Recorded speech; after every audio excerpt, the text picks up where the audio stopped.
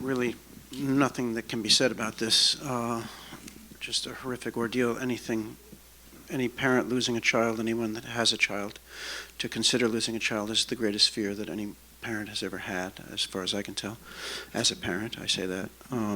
But to have it compounded in this way by a murder victim, and then the ongoing struggle to get at the truth and to get at justice, just making it 50 times, a million times worse.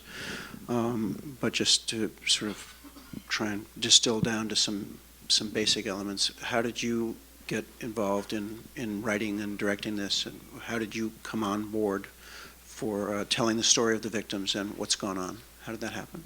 Well, it was really these two wonderful people right sitting next to me, who I had come across an article about Sousa and Dark Elegy, which is, you know, a local favorite, and Sousa's sort of a celebrity out here.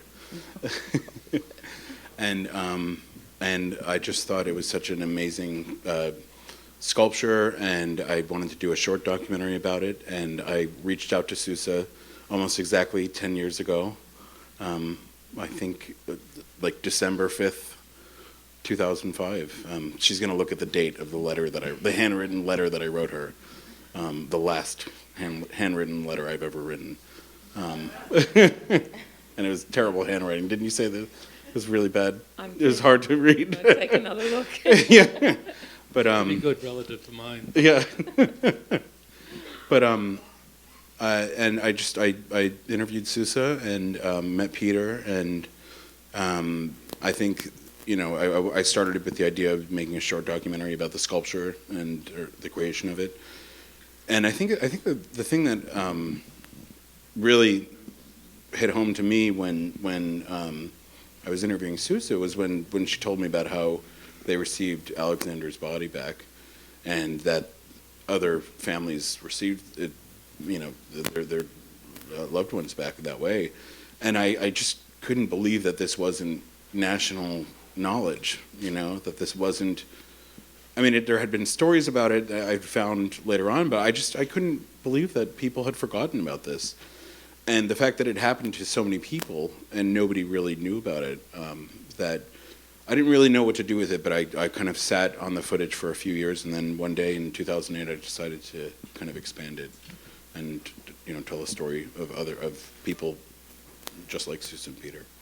And it involved considerable amount of getting some of the stock film and the footage, and a lot of sort of investigation to put together the different pieces from before you started working on this part of the film, and then bringing it forward to where we are now. Yeah, I mean, the stock footage was just, I mean, there's so many, I think the one thing that was going against Pan Am Flight 103 was that it was such a vast issue, that there wasn't, you know, it didn't happen on live television like 9/11 did, and it, you know, 9/11 we knew at the end of the day who had done it. Pan Am Flight 103, there was really this whodunit, and there were thousands of stories that were written about it, but there was not one story. So I feel like the public never really had a chance to kind of grasp onto it, because I mean, even I, as researching it, you know, and one of the reasons why I wanted to make a documentary film about it is because there wasn't a documentary film about it, and that's how I learn about things. You know, who needs a book? Well, see, it does, and there was just a recent article in the New Yorker about another survivor, a brother of a victim, who has been taking the investigation farther, and I guess he's maybe instrumental in getting those new leads. Yeah. Right. So, from your perspective, so many different things you've gone through, and in wrestling with this and in dealing with this, and the sculpture, of course, is one of the main ways, and then the Alexei Foundation is that right? Am I saying the right word, or is it Alexandra or Alexia? Alexia Foundation is another way that the parents are dealing with trying to come forward and do more with it to help you, I guess. What was the process of doing the film like for you guys? When he was decided to expand it? I mean, first of all, he's doing it about the sculpture, but then he's expanding it. Now you're going very deeply into the whole experience again. So it was, from both of you, what was that like for you? Well, I'm grateful for the film because Phil, first of all, to me, is one of the people who knows as much as anyone could possibly know about the entire story of Pan Am 103. And it's a story that is so ugly. And it happened right here in the United States of America, because Peter is an immigrant, I'm an immigrant.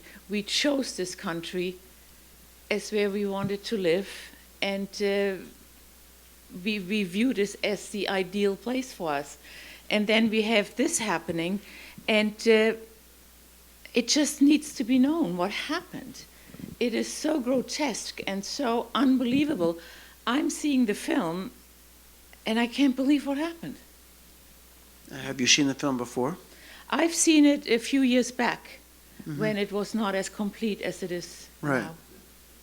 now. So, What it brings up also is that our government really failed us several times. The first time was right after the incident, where it was clear that they wanted nothing to do with it. If it had been left to the government, all of you here would never have even heard of Pan Am 103. It would have disappeared.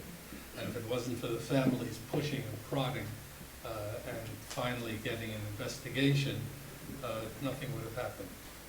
Then there were several other failures in between, but the final failure was, of course, the release of McGrahi, where, in spite of what the president said, there was never a word, at least publicly mentioned, that the United States government was opposed to McGrahi's release.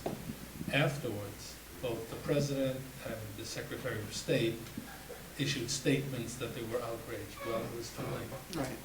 If they had issued those statements prior to his release, maybe it would have made a difference. No, after the fact doesn't count, obviously. And it is beyond discouraging about our own government, but it also, to the cynical point of every government involved, from the Libyan government and what Gaddafi was allowed to do in his own country, to what happened in other countries, and then the British and Scottish. And as you said in the film, and it's just heartrending, is that the Scots, from their hearts, did the best they could, more than people in this country, to reach out and to support you and to try and help you through this, and Until they released McGrahi. until they release McGrahi, in which point, that doesn't feel like the Scots. That feels like their government, and Well, it makes one almost want to be anarchistic, because there's just the trust of governments, and we've seen this in a couple of other films in this festival, to do with the Indian Point nuclear power plant and the Nuclear Regulatory Commission, to do with what happened with these people that were duped into being terrorists by our government, and they're not terrorists at all. They're just poor black people that are being targeted to set up something for the government. It leaves us with no trust whatsoever. But in a situation where people have lost lives and people have lost families, and to be sort of not even betrayed by their government, but ignored, and just sort of to sweep it under the rug, it just is beyond the pale. Is there any sense from this film, from having this story being told, nothing can help? Does it help at all? Is it something not about closure, but about bringing it forward to make more people aware of it? Is that a better thing? Oh, I think it's a story that needs to be known. I think it's an important story, because what happened in this film, or in this event, it happened against regular Americans. Everyone could have been affected. But it's the kind of story we don't believe can happen. This is America. This kind of stuff doesn't happen here, but I got news for you, it does. And therefore, I think it's an important film for people to see. And for you personally, it makes you feel that this is a progress? It's a step forward for you to have this film being finished? I can't really say that it's a step forward, even though, no insult to you, Phil. It's just an important piece of history that is now accessible. And Right. one that was so well done by Phil. Yeah. I agree. It's amazing. Really amazing. Thank you. That means so much to me. That really does. So I was terrified more of their reaction no. than anybody else's. You couldn't have done better, in Well, my that opinion. Yeah. Thank you. That means Yeah. I've Just done it. before we turn it over to other questions, I just wanted to ask has the sculpture seems to have taken on a life of its own also. Is that an ongoing thing with the? The sculpture is open to the public and every day, all year long, from 10 till 12, every day, and it's astonishing how many people come. There are certain publications who are kind enough to keep putting it into the publication so people are aware that they come and visit. And it's sweet. I find, first of all, more and more younger people come, which I like to see, and people leave things now. Maybe a very perfect white stone or some flowers, and which it has a life of its own. It doesn't need me. It's out there. As a matter of fact, I make it a point not to go out. How many of the victims' families did come to sit for you or to? We have there are 76 figures in the sculpture, and there were 270 victims. So it's just a very small. But number. a significant number. When you and see it, it appears huge. Oh no, it's very Yeah. beautiful, very beautiful. So I'm sure we have questions. Anyone? Okay, up there. So very hard to see down here. So you have to speak up. Susan, Peter, we met after the terrible tragedy in your lives. So I never got a chance to tell you how sorry I am for you. And I can't imagine you having to go through this. But the question I have is, seeing the film, it seems that there were two events or two continuing painful things that happened in your life. One was the loss of your child, and the second was the terrible injustices that occurred afterwards, that you've been living with for the last 30 years. And I was wondering, had that tragedy been an accident instead of a murder, would it have you ever thought about how your pain in the loss of your child would have been different?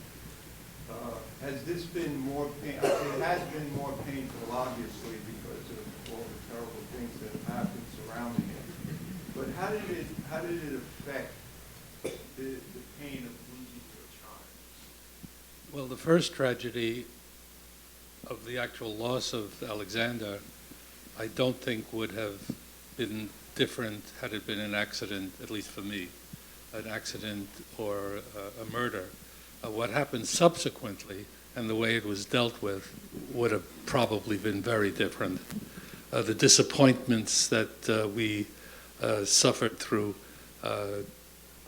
possibly, probably would not have occurred. Of course, you never know accident, what kind of an accident, and how would that have been dealt with. But in all likelihood, it would not nearly have been as bad as what we went through, having him murdered and somehow attempted to be forgotten. I just want to add to that, Lou.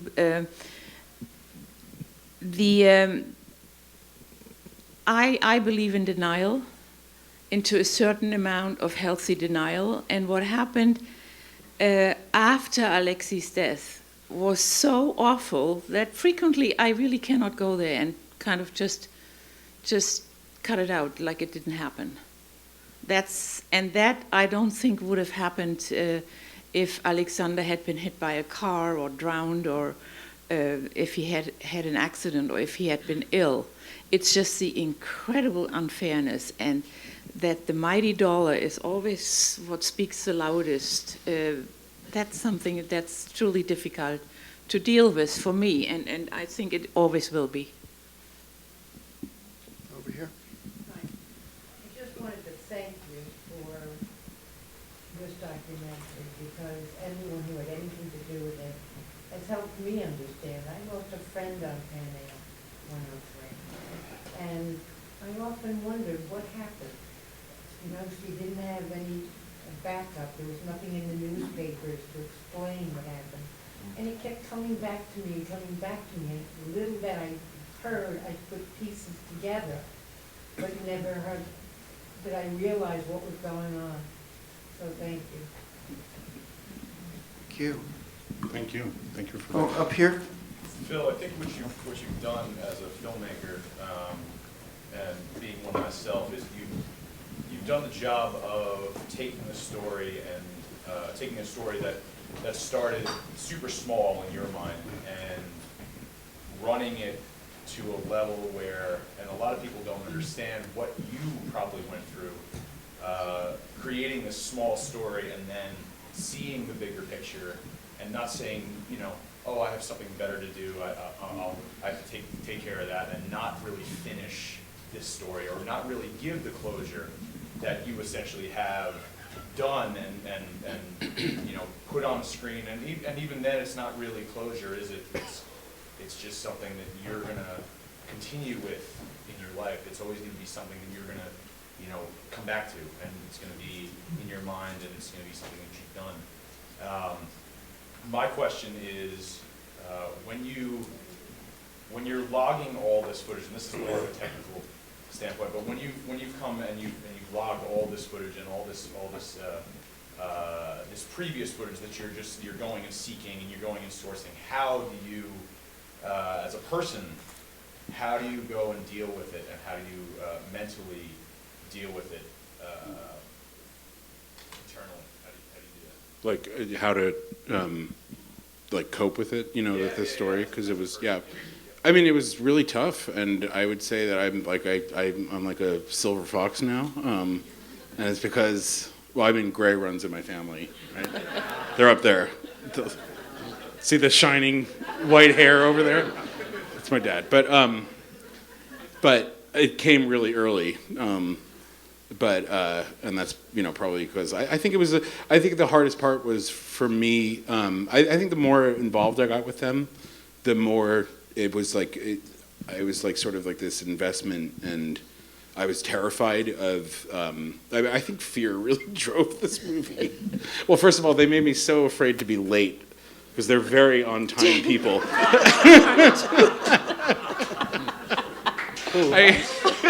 Yeah. So I'm like, and I beat them to the restaurant tonight. We went out to dinner, and I was like, yeah, finally.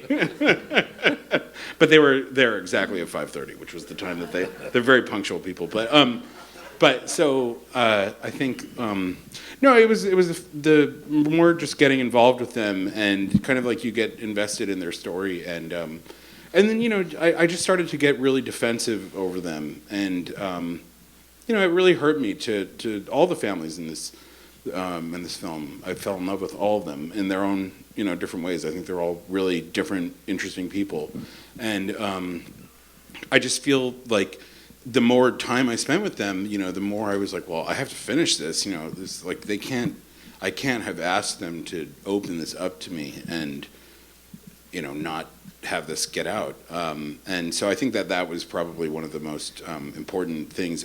But as I said, you know, the more I got to know them, the more invested in their story I felt, and the more in love I felt with them, and then I just got really, you know, angry and outraged about everything that I was seeing, and I would say that I'm definitely a cynical person, much more so now than at the beginning. But yeah, I think it was that. You know, that they had given so much to me that I really, it was, if I probably would have abandoned it sooner if it wasn't, you know, and that's, I think the David Lynch, I'm sorry. Dornstein? No, the Gone Girl, whatever his name is. You know. Fincher. Yeah, David Fincher. He says, you know, films are never finished, they're just abandoned. And that's kind of true. We just had to, you know, you can never really finish a film. There's a million different ways that you can kind of take them, and this film is kind of like that, where, you know, you just have to kind of like let it go at some point, and you know, I think we finally were able to let it go at a certain point, but that was, I think, the driving force for me to finish it was the families. Yeah. Well, I think that this is a perfect example, and a lot of the other films do the same thing, but of taking a story and by focusing on the families that you did, there's 270 families involved. But by taking the families that you did and focusing in and telling those stories very honestly and very in an organized way, but also very emotionally truthful, you humanize it for us so that we can understand it in a way that you don't understand it if it's just headlines. And you have somebody here who had a friend that lost in Flight 103 that hasn't been able to process any of this because this story hasn't been told. And it's not just telling the story and the headlines and the news accounts and following it through. It's very human, and this is what a documentary film can do, and this is what we need in order to understand this crazy, crazy world we're living in now in this modern age. And so I salute you all for that, for opening up to it, and for you making this film. It's just beyond belief. Anyone else we have here? We have some. Any particular reason why you left out the bombing of the, or say, the shooting down the Iranian plane? We actually had that in there at a certain point. No, not in the film that you saw. You were correct. It is not in the film. But you know, you can never really be sure with that. I mean, there were so many stories that probably should have been in there that I just had to kind of.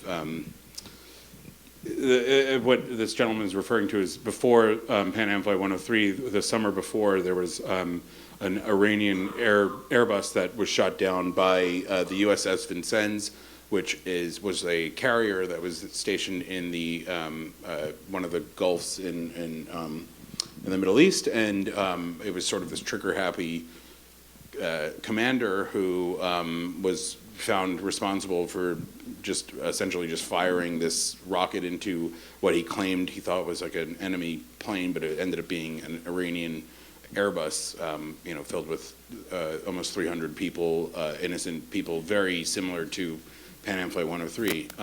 There was a lot of speculation, and I actually interviewed a journalist who said that Gaddafi had opened up to him and said that that was the reason why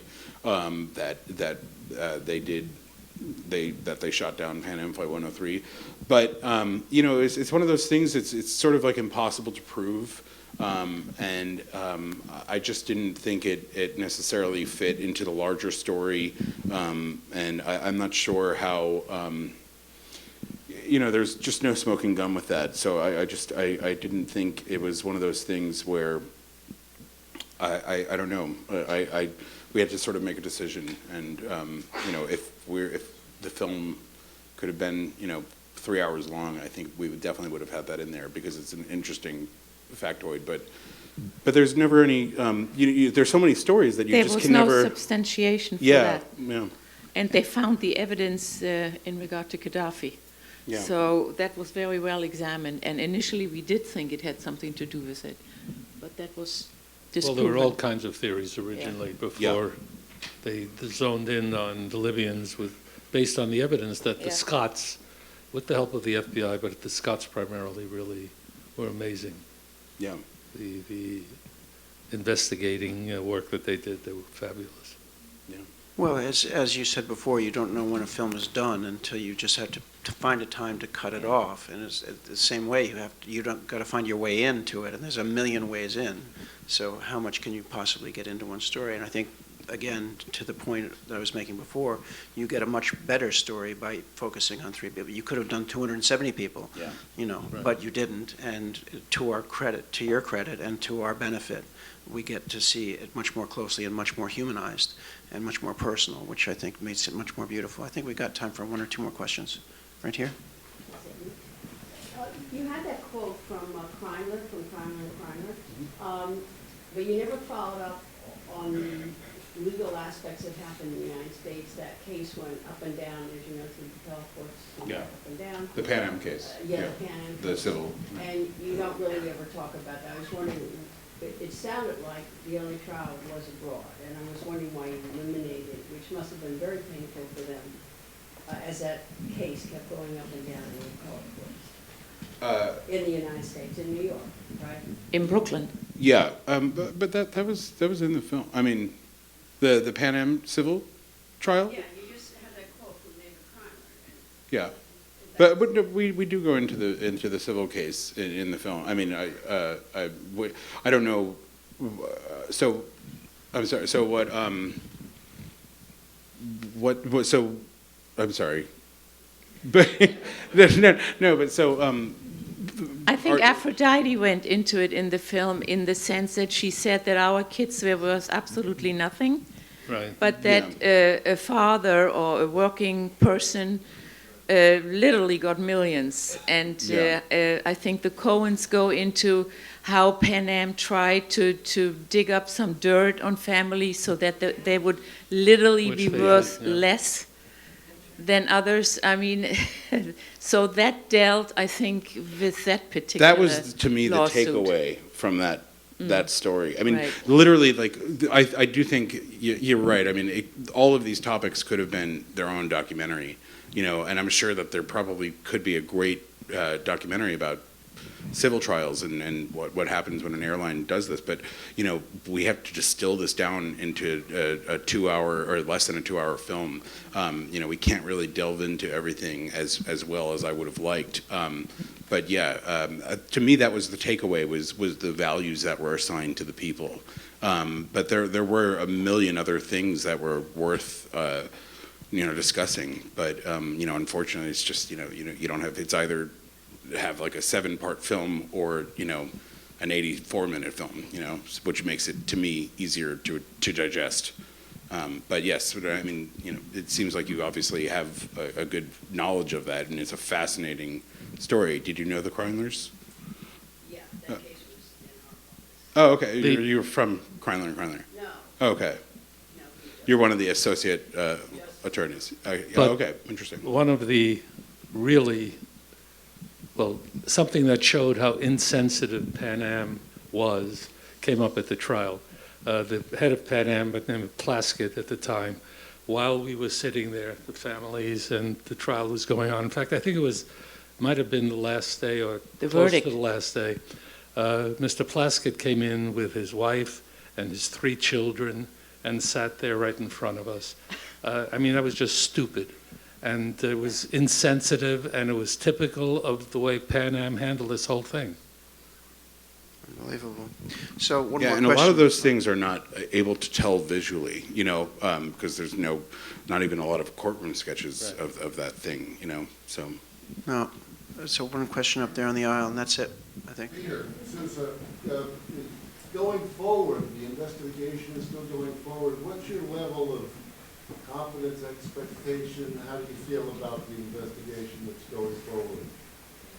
Well, I feel that it's a good thing that it is going forward, but knowing what the government of Libya is at the moment, I have not much hope that we get much further, because these people have to be at least be allowed to be interviewed. And we don't even know that that is possible under the present regime.